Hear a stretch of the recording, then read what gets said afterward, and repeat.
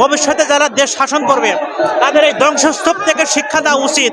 Madam জিয়াকে ক্যান্টনমেন্টের বাড়ি থেকে এক কাপড়ে বেরিয়ে গেছিল, সেই কৃতকর্মের ফল আজকে শেখ হাসিনাকে দূর থেকে দেখতে হয়।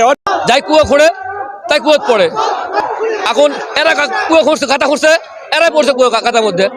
সাধারণ মানুষের প্রতি যেই দলের যে ব্যক্তির ভালোবাসা থাকবো তারাই যেন এদেশে আবার ক্ষমতায় আসে। এই খুনি হাসিনা অনেক ভেবেছিল যে আজই 2041 সাল পর্যন্ত সে এই দেশের মানুষকে গোলামী রাজ্যে পরিণত করবে।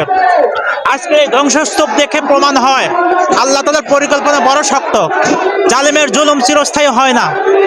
আমি এই ধ্বংসস্তূপ বাসা থেকে আমার অনুভূতি হলো যে এখানে আমার খুব ভালো লাগছে যে আল্লাহ তাআলার বিশেষ পরিকল্পনায়, আল্লাহ তাআলার অসীম ক্ষমতায় গোটা জাতিকে এই খুনি হাসিনা স্বৈরাচারীর দুঃশাসন থেকে হেফাজত করেছে, মুক্ত করছে। আজকে প্রত্যেক রাজনীতিবিদদের এবং ভবিষ্যতে যারা দেশ শাসন করবে তাদের এই ধ্বংসস্তূপ থেকে শিক্ষা দেওয়া উচিত যে স্বৈর শাসকের, জালেম শাসকের পরিণতি কেমন হয়। ফিরাউন কখনো ভেবেছিল না, ফিরাউন কখনো ভাবছিল না যে আমার পরিণতি আল্লাহ তাআলা এভাবে পানিতে চুবাই মারবে। ফিরাউনের ভাবনা এরকম ছিল না। এরকম খুনি হাসিনার এরকম টার্গেট ছিল 2041 সাল পর্যন্ত সেই গোটা জাতিকে একটা ফিরাউনের রাজ্য তৈরি করে দিবে। আয়নাঘর, গণহত্যা, তারপরে বিভিন্ন রাজনীতিবিদদের হত্যা করা, শাপলা চত্বরে আলেম ওলামাদের হত্যার পরিণতি খুনি হাসিনার এসব অভিশপ্ত, খুনি হাসিনার এই অভিশপ্ত জীবন, এখান থেকে আজকে সবাই শিক্ষা নেবে। এই হাজারো মানুষের উপস্থিতিতে প্রমাণ করে হাসিনার প্রতি মানুষের কত বিদ্বেষ, কত ঘৃণা। হাসিনার দুঃশাসন, হাসিনার স্বৈরাচারী নীতি গোটা জাতিকে বিব্রতকর পরিস্থিতিতে ফেলে দিয়েছিল। আমি এখানে এসে খুব আনন্দিত। আল্লাহ তাআলা এই খুনি হাসিনার যে পরিণতি দান করেছে, এখানে আমরা সবাই আনন্দিত।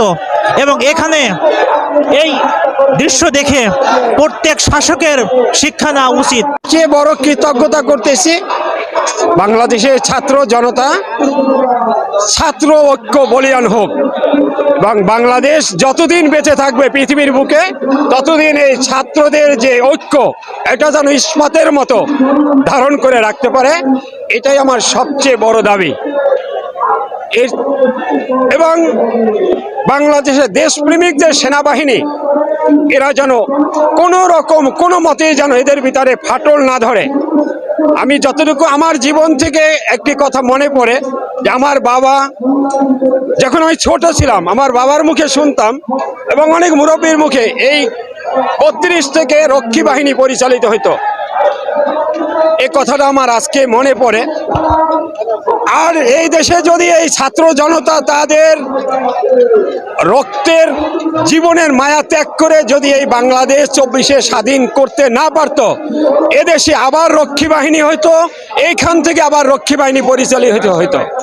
আমি সর্বশেষ সবাইকে একটা অনুরোধ করব, বাংলাদেশে আনাচে কানাচে, গ্রাম থেকে গঞ্জে এবং দেশে এবং প্রবাসে সবাইকে যদি অন্তত এক সপ্তাহ এই আনন্দমুখর অবস্থা থাকবে, সবাই যেন এই দৃশ্যটা, এই কৃতকর্মের যে দৃশ্য, এটা হলো কৃতকর্মের দৃশ্য, এই কৃতকর্মের দৃশ্য যেন সবাই এসে একবার দেখা যায়। দেখেন যে কৃতকর্ম যদি জালিমের মতো হয় তার ফল এমনই হয়। আমার সবচেয়ে বড় একটা কথা মনে পড়ে, ম্যাডাম জিয়াকে ক্যান্টনমেন্টের বাড়ি থেকে এক কাপড়ে চোখের জল মুছতে মুছতে ফেলে বেরিয়ে গেছিল। কথাটি বলতে গেলে কষ্ট হয়। সেদিন বলছিল আর সেই কৃতকর্মের ফল আজকে শেখ হাসিনাকে দূর থেকে দেখতে হয়। ওর কাছে হয়তো আনন্দ লাগবে যে আমি তো আর কাঁদতেছি না, আমি তো দূরে বসে দেখতেছি, আমি তো আমার নিজের টাকায় করে নেই। ওর কাছে হয়তো আনন্দ লাগবে। আর ম্যাডাম জিয়াকে যখন বের করে দেওয়া হয়েছিল তখন সে চোখের পানি অশ্রু মুছে তারপরে বাড়ি থেকে বের করে দেশকে, জাতিকে ভালোবাসতে পারবো। এদেশের 18 মানুষের, সাধারণ মানুষের প্রতি যেই দলের যেই ব্যক্তির ভালোবাসা থাকবো তারাই যেন এদেশে আবার ক্ষমতায় আসে, সেটাই জনগণ নির্ধারণ করব যে কে কে জনগণের পাশে দাঁড়াবে, কে জনগণের কথা বলে জনগণের কল্যাণের কাজ করব, এটাই আমার প্রত্যাশা। তবে ম্যাডাম জিয়ার ব্যাপারে বাড়ি থেকে বের করে দেওয়ার ব্যাপারে আমি বর্তমান সরকার আমার খুব প্রিয় একজন মানুষ, আমি তার সাথে সংক্ষিপ্ত সময়ের জন্য একটু সৌজন্য সাক্ষাতের সৌভাগ্য হয়েছিল। এই দেশ স্বাধীন হয়েছে 24-এ স্বাধীন আমি চোখে দেখি না, তখন আমি নিউ ইয়র্কে ছিলাম।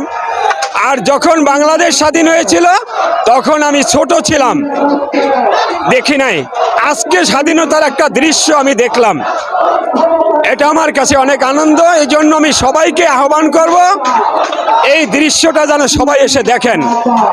আর সরকার প্রধানের কাছে আমার বিনীত অনুরোধ থাকবো, নির্বাহী আদেশে ম্যাডাম জিয়ার বাড়ি দেওয়া হয়েছিল, নির্বাহী আদেশে এই বাড়িটাকে চুরমার করে ম্যাডাম জিয়াকে বের করে দিয়েছে। আর এই সরকারের কাছে আবার নির্বাহী আদেশে ম্যাডাম জিয়াকে যেন সেই বাড়িটা আবার দেওয়ার একটা ব্যবস্থা, তার ব্যক্তিগত সিদ্ধান্ত নেন, এটাও আমার তার কাছে দাবি। সর্বশেষ দাবি, আমি একজন প্রবাসী, 30 বছরের আমি প্রবাস জীবন আমার।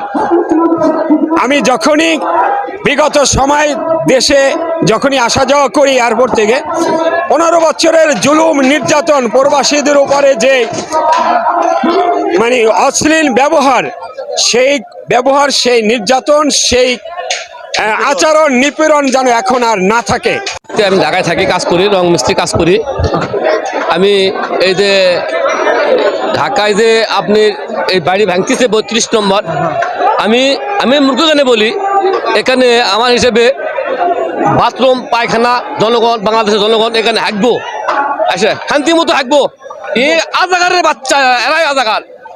আর আমাকে যে জল আছে, আমি বাইরে থাকতে পারি না, আমি বোর্ড থাকতে পারি না, এখানে সেনাবাহিনী দিলে মারতে দিলে বাসন করে রাখি, বোর্ড থাকতে পারি না, দিলে মারি ফেলাছি।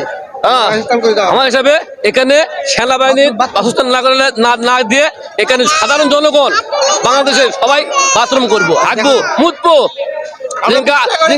জিঙ্কা আবু সাহেলের বাড়ি সৌদি আরব, সারা বিশ্বের লোক হাঁকে, সারা বাংলাদেশের লোক হাঁকবো। আসা কতবার রাখবে? 20 টাকা 20 টাকা ফ্রি হাঁকাবো, ফ্রি হাঁকাবো সরকার। আরে না, 20 টাকা করে হাঁকতে হইব। 20 টাকা না দিলে ফ্রি দেওয়া ভালো, আমার হিসাবে ফ্রি দেওয়া ভালো। এখানে হাঁকারে হরকত দেওয়া লাগবে। শেখ হাসিনার আমরা হাঁকিছি মানে শেখ মুজিবের মাথায় হাঁকতেছি, মুখতেছি, যাই কুয়া খোঁড়ে তাই কুয়াত পড়ে। কুয়া খুঁড়ছিল আবু জাহেল, ওই খাতার মধ্যে ওই পড়ছে। এখন এরা কুয়া খুঁড়ছে, খাতা খুঁড়ছে, এরাই পড়ছে কুয়া খাতার মধ্যে, সেকে ফেলালো উপর আল্লাহ। আমি যা খুশি, আমি যে খুশি হচ্ছি, আমার মতো খুশি পৃথিবীর মনে কেউ হয়নি। এই যে ঈদের যে খুশিটা হয় তার সাথে ডবল খুশি হয়েছে আমি আল্লাহর মতে। এই ভাঙ্গাতে, এটা তো ভাঙ্গা খুশি হচ্ছি, মানে এখানে একটা মানে বাথরুম করার জায়গা দিলে আমি আরো খুশি হবো। সারা বাংলাদেশের লোক এখানে বাথরুম করবো।